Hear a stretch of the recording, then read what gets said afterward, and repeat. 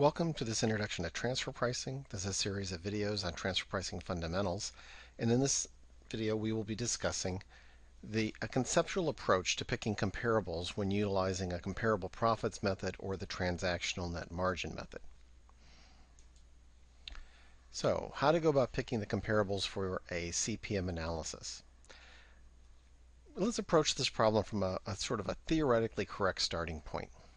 Imagine that your tested party was an independent entrepreneur that is looking to employ his or her resources in the most profitable manner. They have assets, workforce, other resources, and if they were not transacting with their related parties, what other business could they enter? How would an entrepreneur make such a decision? How would they measure the success of that? What types of risks would normally affect when they're looking at the kind of return they might get in a competitive marketplace? And they'd be considering what are the fundamental economic drivers of my business. They have a pool of resources that they can employ, and they're going to look out there and essentially consider the economics. How would one make an economic decision as to what industry one might enter into? Let's go back to an example we've used in an earlier video in this series to talk about imagining that our tested party was an audio equipment distributor, and that the ability to change that business and become a video equipment distributor would be relatively easy.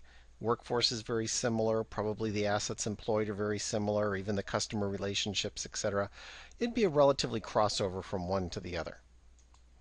Now, if audio equipment distributors were earning greater returns than video distributors, then we would expect economic forces to encourage some of the video distributors to consider exiting their business and entering into the audio distribution business.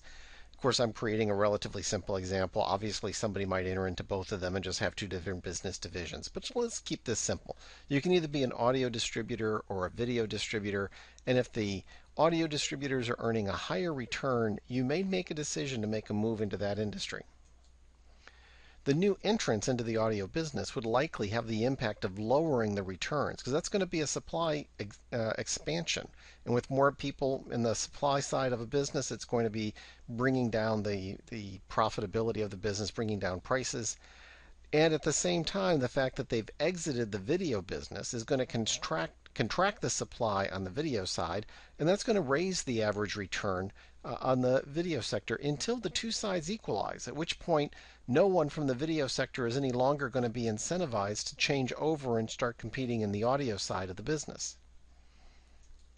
So in an equilibrium, using video distributors to determine a rate of return for our related party audio distributor would be safe, because competition would be forcing them to have about the same rate of return.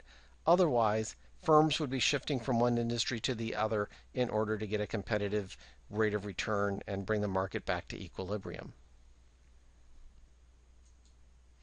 Thank you. I hope you've enjoyed this video and the other videos in this series.